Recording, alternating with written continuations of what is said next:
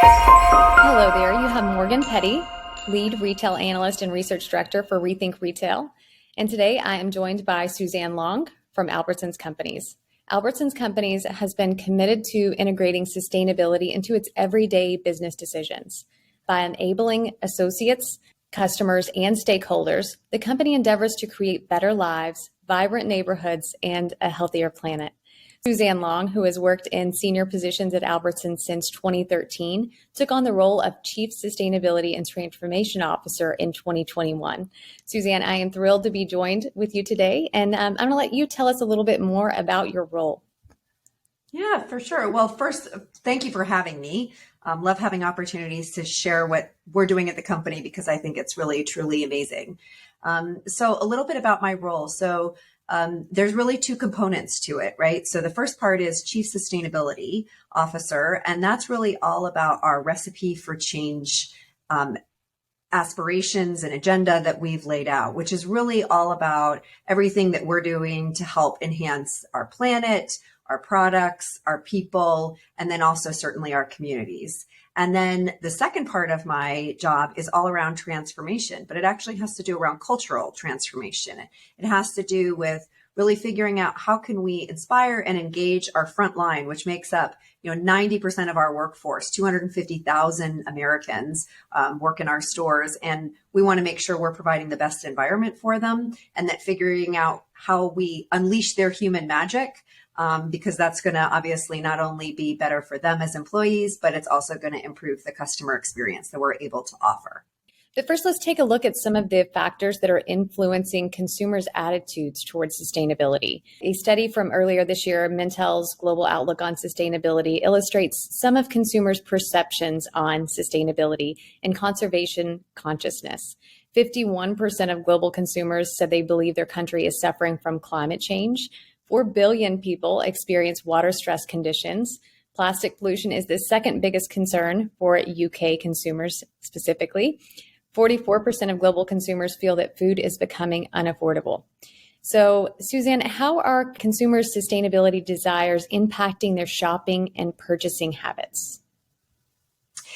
Yeah, there's a few ways that that's actually happening. The first way is that, the same things that consumers see in the world actually impacts business, right? So for example, when there is a commodity or a resource that's in short supply, it drives the cost of that up, right? When we are inefficient in how we package or in how much waste we create in our business, it actually creates economic stress on our business as well. And so the very stresses that I think our customers are experiencing can actually translate directly into business. And, what is energy costs? What are food costs? What are plastic and packaging costs? And so all of those things actually impact our business as well. And then of course they leave an imprint on the, environment that we live in. And so what we're seeing is that the same stressors that are having consumers change their behaviors are the same things that are actually changing our business.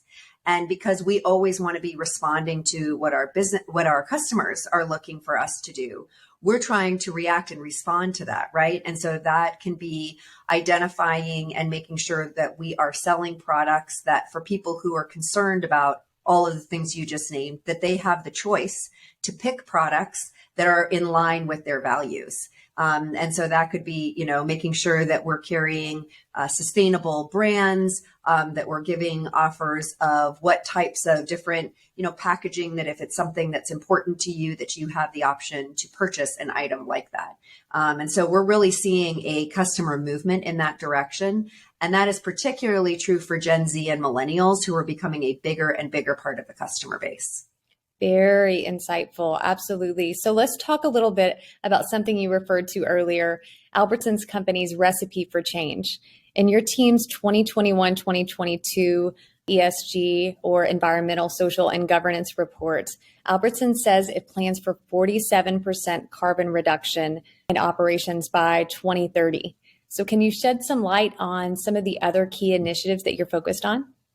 So in each of the four areas that I mentioned at the very beginning, so planet, product, people, and communities, we actually have goals set in each one of those 4 areas. And so the one that you're referring to is actually under the planet piece of climate action, which is where we're trying to reduce the energy and emissions that we use, and that reduces our carbon footprint. So in that case, for example, we are trying to reduce the amount of energy that we use and change the type of energy we use. And in our stores, if you think about in your mind's eye, right, go through your grocery store, think about when you walk in the door, there is refrigeration everywhere, right? It's in the service deli, it's in the bakery, it's in the center of the store, the beverages, the meat department, it's everywhere. And not only does refrigeration require a lot of energy, it actually requires refrigerants, which are naturally bad for the environment if they happen to leak. And so we're not only trying to reduce the amount of refrigerant we use, but trying to change the type of refrigerant we use. So that's actually how we're looking to achieve that 47% in our own operations by 2030.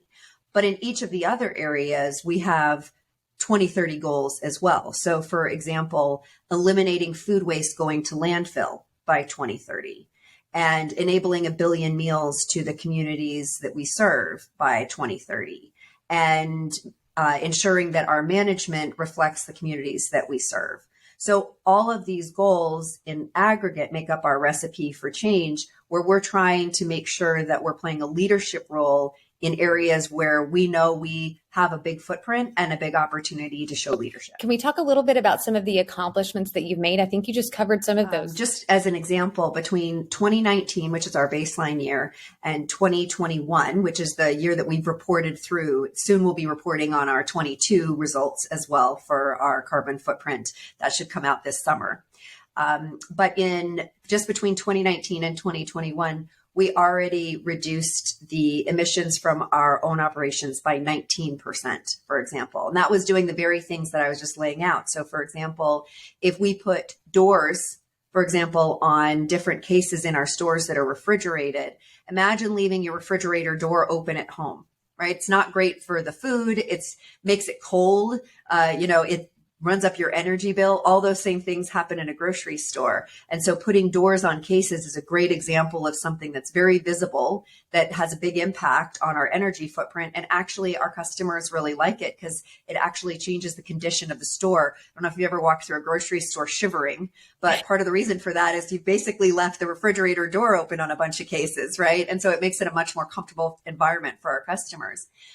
Some other areas, though, for example, is we've implemented a major donation expansion program within our stores. So we worked with food safety and our local communities and our local community partners to figure out how can we get more of the food that we may be unable to sell, but is still edible, into the mouths of those who need it. And so we looked at what are better ways that we could be donating some of the produce. Maybe it's a bruised apple that we can't sell. How do we make sure that that gets donated instead of thrown into a landfill or into a compost bin?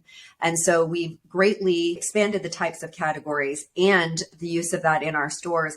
And actually, as of the end of our last fiscal year, we had over 90% of our stores donating to community partners on a weekly basis, minimally. So that's been really great. And the types of categories they can donate, produce, meat, all those kinds of things are somewhat innovative in our industry. And then just as another example, in terms of our enablement of meals in our communities, we've actually been able to do that and make strong headway towards our 1 billion meals goal through both that physical donation of product, but also through raising money through our Nourishing Neighbors, through our Albertsons Companies foundations, and then turning most of that into different donations that can either help break the cycle of hunger, help contribute to getting meals for people right away. So we're already making tremendous progress in all of the areas actually that we've set goals around. What about some of the plans for 2023 and beyond? Can you shed a little bit of light on some of those plans that you may implement to achieve your goals? Sure. The first thing is we're continuing to do the things that we know are already moving the needle substantially, right? So just because we are doing donations doesn't mean we can't do donations even better, right? Just because we are becoming more energy efficient doesn't mean we can't even find new ways of becoming even more energy efficient. So it's still doing things like putting doors on cases, but it's also trying new areas where we know that where we draw a lot of energy, but we think that we could actually put in solutions that could substantially change that footprint. But then we're also doing innovative things. So for example, testing new technologies that maybe haven't been used in the industry before, but maybe have been used in other industries or being piloted and tested in other countries or continents that just hadn't made their way across the pond to the US. And the way I describe this to people is, there's so much work to be done on our recipe for change. I sort of need parts of my team and our organization really working to just execute on the things, on the fundamentals that we know we can do every day in our business. But just like if you were on a hike, you want to make sure you're not tripping over the rocks and, and tree stumps and that you're staying on the path. But you also want somebody in your hiking group who's making sure that you're staying on the path on the horizon line, that you're heading in the right direction. And so the way I've structured that in my team is to not only have people that are working with our operations to execute, but I actually have a part of my team whose sole focus is innovation. What new and interesting things are out there that we can be testing, trying, so that if 3 years out, we know what we're supposed to be doing. Well, the thing is, in this particular area, people ask you what you're going to be doing to solve the problem that's 10 years out. 20 years out. There's no other place in business I can think of where someone makes you look that far out and tell you how you're going to achieve those goals. And so I've actually got part of my team whose job it is to focus on that. What are some of the ways that your team is working with and empowering the frontline associates to meet some of these goals? You referred to that earlier. Definitely want to hear some of the ways that you're building that culture at the front line. Well, I think, I think I mentioned earlier, 250,000 plus frontline associates, right? The majority of the people that work for Albertsons companies. And by the way, we're in 34 states. We operate under 22 different banners. So, we are Jewel Osco in Chicago. We are Shaw's and Star in Boston. We are Vaughn's, Pavilions, Albertsons in Southern California. I mean, the list goes on. So many times people don't recognize we're one large company because they know us as their local grocery store, right? And so in each one of those, we need to make people feel like they are part of their local company, but we also recognize the power of the large company to make an impact. So the way we're trying to make sure that we're engaging our associates on the front line is making sure they know about our recipe for change and how they can start working with it. So for example, as they're culling their produce racks and figuring out, oh gosh, this is a bruised apple. Maybe it mistakenly fell on the floor because, someone picked one up and then, one fell. And as they're deciding that that's not something that a customer would want to buy, making sure that they have a process by which they can put that in a bin that can be donated rather than be composted or in some cases go to landfill if a composting program isn't immediately available. And so, and making that connection for them that decision that they're making then is going to someone in their own community to help fight food insecurity.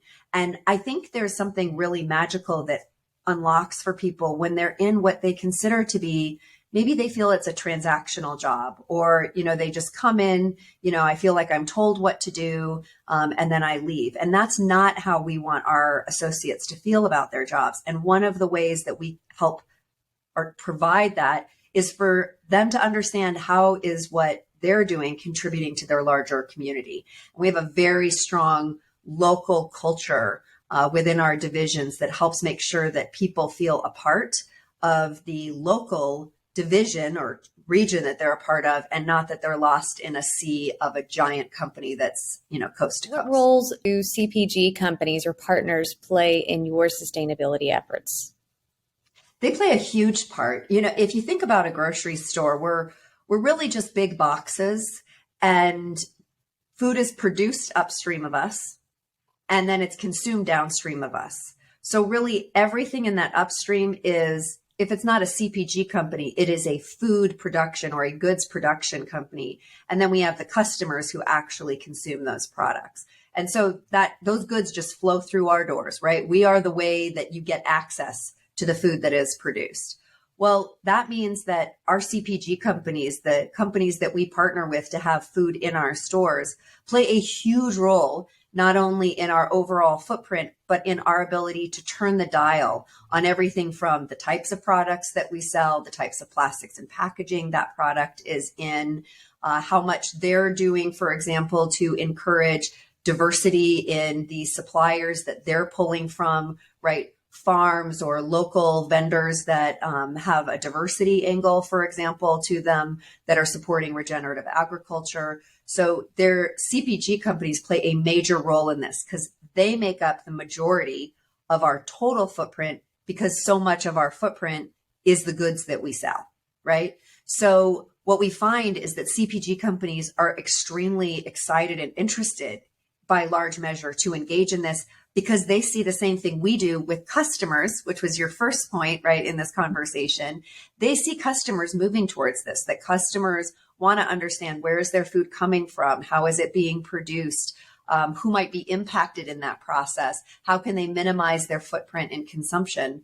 And so CPG companies are doing a great job partnering and reaching out into their retail partners to say, how can we work together to make a change in the industry? That collaboration is definitely key. What are some of the technologies that can be put to use today to reduce waste and support these initiatives? Sure. Well, first, some of them are the simplest of things and things that seem so logical, but just because of how we developed as a country and how we develop as people may not seem super exciting, like a refrigerator door, right? We would never leave our refrigerator door open, but we do expect many times to walk into our grocery store and have open refrigeration, right? And so it's a shift of mindset, but doing things as simple as technology that allows us to enclose our refrigerated cases. Then there's things like new technologies around renewable energy, right? How can we be pulling on renewable energy that is not only created for the grid that we purchase to make sure that we are a part of supporting and using that type of energy, but also in some cases looking at, for example, how can we put solar panels on select stores where it makes sense and where we can generate energy that our own store, provided that we own the property, for example, that we can use. Then there's even things like, how I was saying that refrigerants sometimes leak out. They're supposed to be a closed loop system, but sometimes they leak. Same way a pipe in your house might leak after some period of time. There are technologies for how you can know where there is a leak that sort of sniff out the leak and send an alarm to us to know, hey, there's something that needs to be fixed here. So those are sort of the more infrastructure type items that are carbon related, for example, to our footprint. But then there's innovations in things like plastics and packaging, right? Or reducing the amount of plastic and packaging that's being used in products. So a great example is many companies like Kellogg's, for example, has cereal bag liners. So the plastic bag that's holding the cereal inside the cardboard box. Most people know that the cardboard box is recyclable, right? But the bag inside the cereal box is something they may not know what to do with, or they may think that they can put it in their curbside recycling bin. You can't. You actually can't recycle curbside those soft plastics. They have to actually go to someplace where they can be recycled. Similar to grocery bags, right? Plastic grocery bags. And our stores, for example, in many of our locations, well over half of our locations, have places where you can bring those types of plastics back to our stores, and we have bins where you can put them and we recycle them for you. And even small technologies like that really have a large impact when you think about how many people buy cereal, right? And if they could take their cereal bags and know what to do with those cereal bags and other types of soft plastics, it makes a big impact. So those are the kinds of technologies. Now there are way far out technologies, very cool new innovations that are sort of on the horizon. And there's actually countless of those because that's really a space of new innovation, climate tech, new things coming out. We're really excited to keep testing more and more of those. But in some cases, in most cases, the biggest impact technologies are the most logical, large scale things we know we need to do. We just need to be able to implement them and make sure that they are used at scale. Across the industry, what are some of the challenges in collecting and measuring relevant data? Well, there's some data that we have that's literally something that we have to manage in our business every day. Our energy use, refrigerants, things like that, for example. And we keep close tabs on all of those things and measure them internally. Similar to you would get an electricity bill, you'd know how many kilowatt hours you used. We know that for our stores, for example, and we're able to see, are we using less or more energy than we did previously? What we found, for example, is we're using less energy because of the initiatives we're putting in place. But there are some places where it's far less clear how much of something we are actually consuming and producing. The same way it might be hard for you as a consumer to know it. So for example, we buy a lot of goods for our stores and we sell a lot of goods in our stores. But because we are in grocery, some of the things that we bring in to sell, we can't always sell, maybe because it goes bad. It doesn't turn as quickly as we thought. The weather is different. What people are choosing to eat is different than what we assumed. And we use technology to try and predict it as best we can. But, we have 34 million people walking into our stores every week, and many of them don't know what they're having for dinner that night. So our ability to predict that perfectly is not possible, right? And so we don't always have an ability to control the waste that happens in our business. We're doing our best. We don't want to waste either. It's not good for our business when we waste. But sometimes the tomato is rotten in the box. Sometimes the tomatoes are softer than they should be before we can sell them, right? And we want to donate as much of that as possible, but we can't keep it from happening in total. So in those cases, like knowing exactly how much we brought in, exactly how much we sold, and which portion of it went bad because we didn't do a good job ordering versus what portion went bad because it didn't sell as fast as we thought, or it was riper on the vine when it was plucked than we, would have thought, or things like that. Knowing exactly how much we wasted is a hard thing to know. Similar that if I told you, okay, I know you spent this much on groceries last week. Tell me exactly how much of that you consumed versus exactly how much of that you put down the garbage disposal or in the wastebasket. That would be a very hard thing for you to measure. It's the same in a grocery store. So we're doing our best to understand that, but it's a complicated thing to do. And so that's an area, for example, food waste is one where we have a lot more work to do to be able to measure it effectively. So what are some of the tools that have been most beneficial in tracking and supporting these efforts? Business intelligence platforms, third-party management or auditing tools. What has been especially useful for your team? Sure. We use a lot of tools, and those tools are primarily because they help us manage our business better. I can't emphasize enough that when you're managing, sustainability well, you're managing your business well. And when you're managing your business well, you're managing sustainability well, right? These two things are hooked directly to each other. So for example, last year we implemented a technology called Afresh across our portfolio of stores. And it helps us actually manage our produce inventory and ordering. And that helps obviously reduce the amount of waste that we have in our produce departments. That also relates to our goal of eliminating food waste going to landfill by 2030, because the best way to eliminate food waste going to landfill is to not have waste in the first place, right? Or to minimize waste in the first place. So we have technologies like that, and they use actually AI type technology to say, this is how much you've sold in the past. This is what we see as you needing to bring in terms of inventory. And it changes throughout the year, right? Based on the availability of products. I mean, I don't know about you, but I buy a lot more watermelon in the summer than I do in the winter. So having a tool that helps you know what's the demand and what you need to bring in for your customers is something that's super helpful to help us reduce waste on the front end, for example. Tell me more about what led you to this role, Suzanne. Have you always had a passion for a more sustainable future? I have. And part of that comes from, I'm also a mom. So I'm raising these two boys, and I want them to be able to live in a world that they can feel proud of, and that we're trying to do our best, to improve and make better for future generations, not worse. But I also have a personal passion just for improving things. And that's really the background actually that I come from. I don't come from a sustainability background. I come from a background of business improvement and Lean Six Sigma and large scale transformational change. And when you think about what's your ability to make big change, big impact, positive for business, positive for the world, this is that space. You just have to do it in a way that you're making sure you're always aligning business priorities and sustainability priorities.